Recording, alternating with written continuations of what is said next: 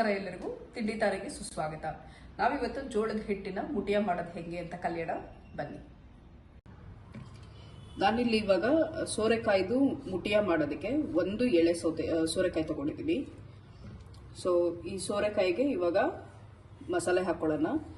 ಇವಾಗ 1 table spoon ಅಷ್ಟು full garam masala, 1 table spoon full ಧನಿಯಾ ಪುಡಿ, 1 ಟೀ ಸ್ಪೂನ್ ಖಾರದ ಪುಡಿ, 1 ಟೀ ಸ್ಪೂನ್ ಉಪ್ಪು, 1/4 ಟೇಬಲ್ ಸ್ಪೂನ್ ಅಷ್ಟು ಅರಿಶಿನ ತಗೊಂಡಿದ್ದೀನಿ.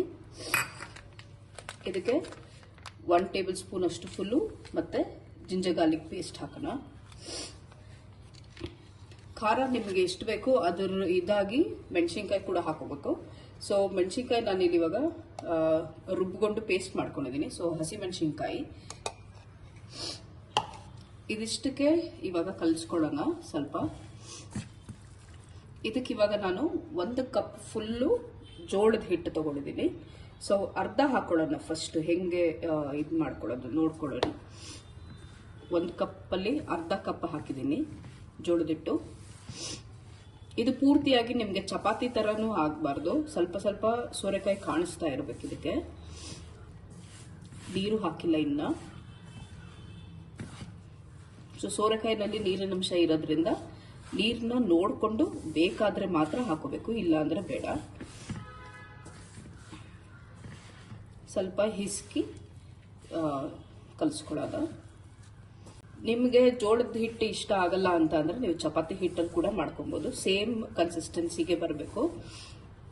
ಸೊ ಇವಾಗ ನನಗೆ 3/4 ಕಪ್ಪು ಜೋಳದ ಹಿಟ್ಟು ಸಾಕಾಯ್ತು ನನಗೆ. ಹೀಗೆ ಕಲಿಸಿದಾಗ ನಿಮಗೆ ಹಿಂಗೆ ಶೇಪ್ ಕೊಟ್ಕೊಬೇಕು ಕೋಲಿಗೆ. ಇದನ್ನೇ ನಾವು ಇವಾಗ ಸ್ಟೀಮ್ ಮಾಡ್ಕೊಬೇಕಿದ್ದಿ ಇದನ್ನ.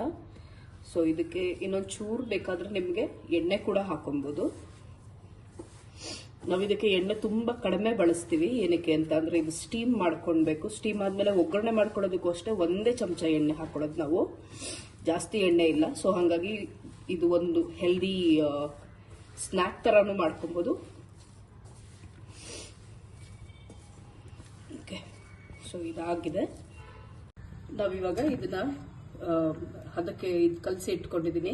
ಇದೇ ಥರನೇ ಇದನ್ನ ಶೇಪ್ ಮಾಡಿಕೊಂಡು, ಯಾಕೆಂದರೆ ಇದನ್ನ ಇಂಡಿವಿಜುವಲ್ ಸ್ವಲ್ಪ ಚಿಕ್ಕ ಚಿಕ್ಕದಾಗಿ ಕಟ್ ಮಾಡ್ಕೊಬೇಕು ನಾವು. ಸೊ ಹಾಗಾಗಿ ಈ ಥರ ಶೇಪಲ್ಲಿ ಮಾಡಿಟ್ಟಿದ್ದೀನಿ.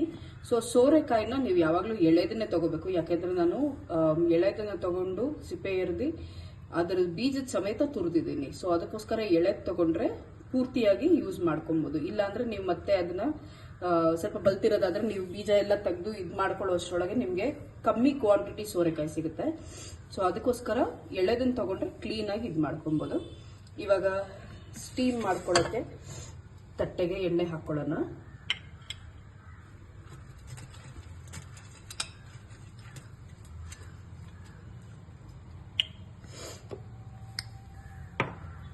ನಾನಿಲ್ಲಾಗಲೇ ಕಾಯಕ್ಕೆ ಇಟ್ಟಿದ್ದೀನಿ ನೀರನ್ನ.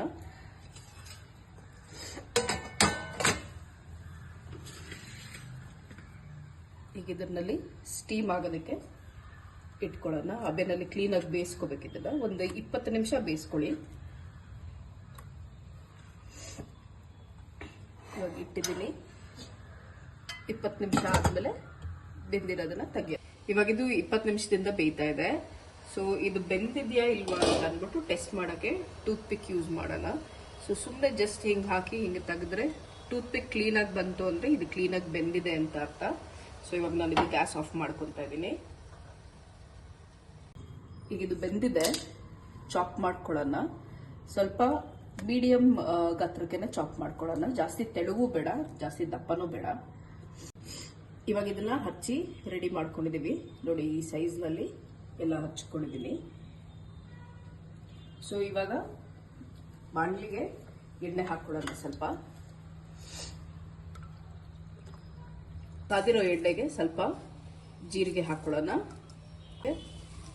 ಸ್ವಲ್ಪ ಕರಿಬೇವಿನ ಸೊಪ್ಪು,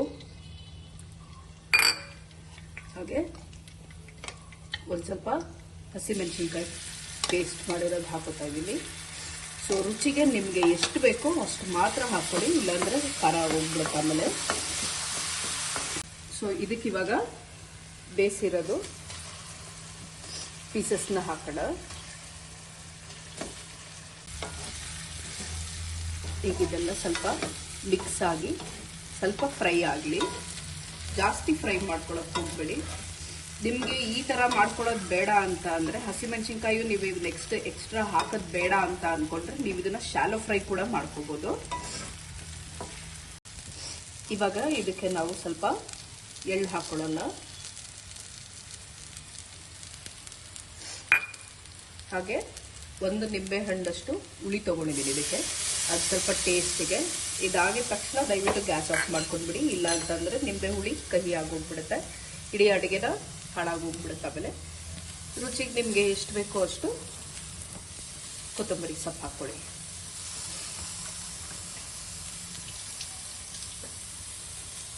ಆಮೇಲೆ ಕ್ಲೀನಾಗಿ ತಿರುಗಿಸ್ಕೊಳ್ಳಿ.